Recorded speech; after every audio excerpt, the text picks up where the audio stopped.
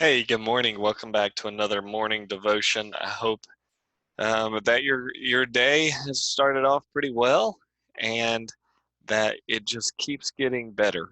With Jesus by our side, how can it not? And speaking of Jesus, we're going to talk about some stuff he said and did today in Matthew chapter 11. I hope that you've enjoyed this Bible study. And Matthew chapter 11 has some very interesting topics going on here.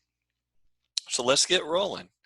And it came to pass when Jesus had made an end of commanding his 12 disciples, remember, he was just talking to them, commissioning them.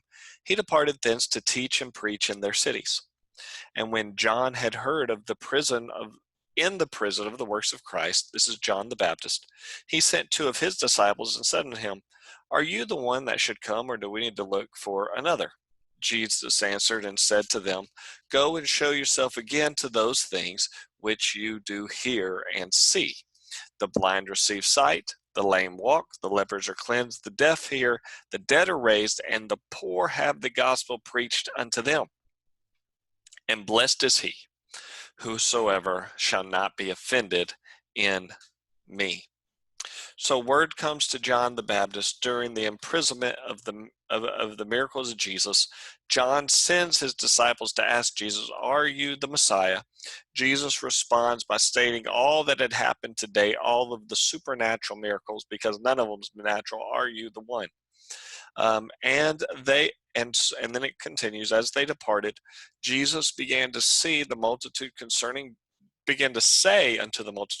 John, What went ye out into the wilderness to see? A reed shaken with the wind? But what went you out to see? A man clothed in soft raiment? Behold, they that wear soft clothing are in kings' houses. But what did you go out to see? A prophet? Yes, I say unto you, and more than a prophet. For this is he of whom it was written, Behold, I send my messenger before thy face, which shall prepare the way for thee. Verily I say unto you, among them that are born of women there hath not risen a greater than John the Baptist. Notwithstanding, he that is least in the kingdom of heaven is greater than he. And from the days of John the Baptist until now, the kingdom of heaven suffereth violence, and the violent take it by force. For all the prophets and all the laws prophesied until John. So what was he saying here? First of all, and then he continues to talk about John. And if you receive it, this is Elias, which was for to come. And he that hath an ear, let him hear. But whereunto shall I liken this generation? It is like unto children sitting in the markets and calling unto the fellows and saying, We have piped for you, and you have not danced. We have mourned unto you, and you have not lamented. For John came neither eating or drinking, they said, He hath the devil. The Son of Man came eating and drinking, and they said, Behold, he's a glutton, a winebibber, a friend of publicans and sinners. But wisdom is justified of her children. So, as John's disciples walks away, Jesus begins to brag about John. But John never hears these words. And you may not either. You may not ever hear the positive things that Jesus says about you. The reason that John never heard this is John's words, I must decrease, he must increase. Jesus declared him to be a prophet and greater than a prophet. John being the fulfillment of Malachi 3:1, Behold, I send my messenger, and he shall prepare the way for me. And the Lord whom you seek shall suddenly come to his temple, even the messenger of his covenant, whom you delight in. Behold, he shall come, saith the Lord of hosts. So John is the fulfillment of this prophecy. But then he also said, the least in the kingdom is greater than John the Baptist. And the reason why is because the least in the kingdom today never saw the miracles of Jesus. They didn't see the heavens open. They have a blessing simply because of faith, because that's what God looks for, is faith. And from the days of John the Baptist until now, the kingdom of heaven suffereth violence, and the violent take it by force. This is a very popular verse to quote. And within context, it means that from the teachings of John the Baptist until now, the kingdom of heaven has been assaulted, and violent men continue to assault it. Jesus is dealing with The rejection was dealing with rejection rather than reception. Jesus then likens the generation to children who desire to have their own way no matter what others do. Just as children at play reject the idea of others and insist their own way, so when John came fasting, the Jews rejected him. When Jesus came and did not fast, they also rejected him. In other words, that generation would find fault, and I'm sure you know people like this too, would find fault with whatever's done. It doesn't really matter what you do. They're going to find a reason not to accept it. They're going to find a reason not to like it, simply because that it's in their nature, and it's like they can't help themselves. He said, but there's going to be those that, despite the growing rejection, who will perceive the truth that Jesus presents, and by faith in his word and person, they will become the children of God. The truth of what he has been teaching was validated by their reception to his word on part of some. Thus, wisdom was proven right by her actions. Jesus then begins to pronounce a curse on the cities of Galilee. Then he began to upbraid the cities wherein he had done his mighty works before, because they repented not. Woe unto you, Chorazin! Woe unto you, Bethsaida! For if the mighty works which were done in you had been done in Tyre and Sidon, they would have repented long ago in sackcloth and ashes. But I say unto you that it shall be more tolerable for Tyre and Sidon at the day of judgment than for you. And thou, Capernaum, which art exalted unto heaven, shalt be brought down to hell. For if the mighty works which had been done in thee had been done in Sodom, it would have remained unto this day.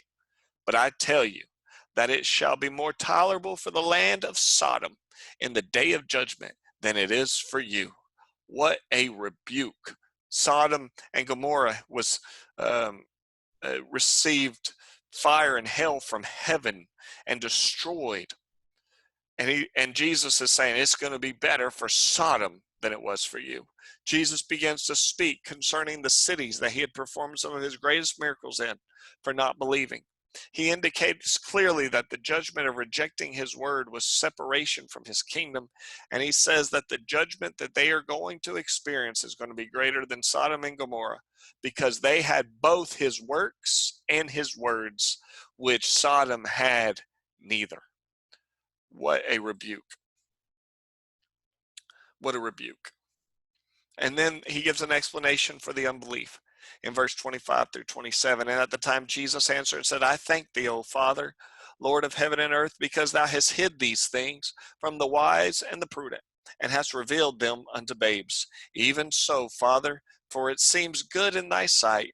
All things are delivered unto me of my Father, and no man knoweth the Son but the Father, neither knoweth the man the Father save the Son, and he to whoever the Son will reveal him. Jesus then gives explanation to unbelief. Jesus viewed the nation as blind, and they would not be able to see unless their blindness was removed. You see, the Israelites were a nation that had fallen in their past history because their fathers had willingly rejected the revelation which God was bringing them. Then he had turned in disobedience from the law and abandoned the worship of God to serve idols. The nation had become blind, and the Pharisees, who considered themselves wise, and the students of Scripture, but Jesus said that his truth would be revealed to those who are like children, accepting his word and putting their faith in him. If people will accept his revelation, there can be no knowledge. Unless people accept his revelation, there will be no knowledge of the Father. It is evident that Jesus would reveal the Father to anyone who accepts his word. If you accept me, you accept the Father. Or as he said in John, if you've seen me, you've seen the Father. Lord, show us the Father, and we'll be satisfied. Okay, have I not been so long with you that you don't know that when you've seen me, you've seen the Father? No man cometh to the Father but by me. To accept Jesus is to accept him. That's him. And that is the explanation for unbelief. They were completely blind. They didn't see Jesus. They didn't want to see Jesus. And they didn't accept Jesus. And you cannot accept God if you don't accept his person. Jesus is the work clothes of God. Then he gives an invitation to believe. Come unto me, all you who are labor and heavy laden, and I will give you rest.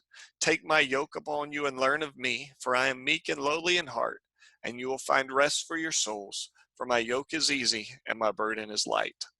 Even in the midst of unbelief and rejection, Jesus extends a gracious invitation to people who trust him. He invites them to receive his yoke. The yoke indicated submission. In order to take up on oneself the yoke, it means to submit free of choice and deliberately. They were not only to submit to him, but learn of him and emulate him. And in contrast to the Pharisees, those who took Christ's yoke and learned of him would find that submission to him was easy and his burden light. This was true because the nature of the one whom they were joining themselves with and to whom they were learning, he was gentle and humble. And those who trust in God, his peace will be yoked in their life. That's some powerful scriptures, and I pray that they helped you today. And feel free to go back over chapter 11 today and kind of let that chapter marinate in your heart, in your spirit, and see what God is speaking to you today. I hope you have a great day, and God bless. Bye-bye.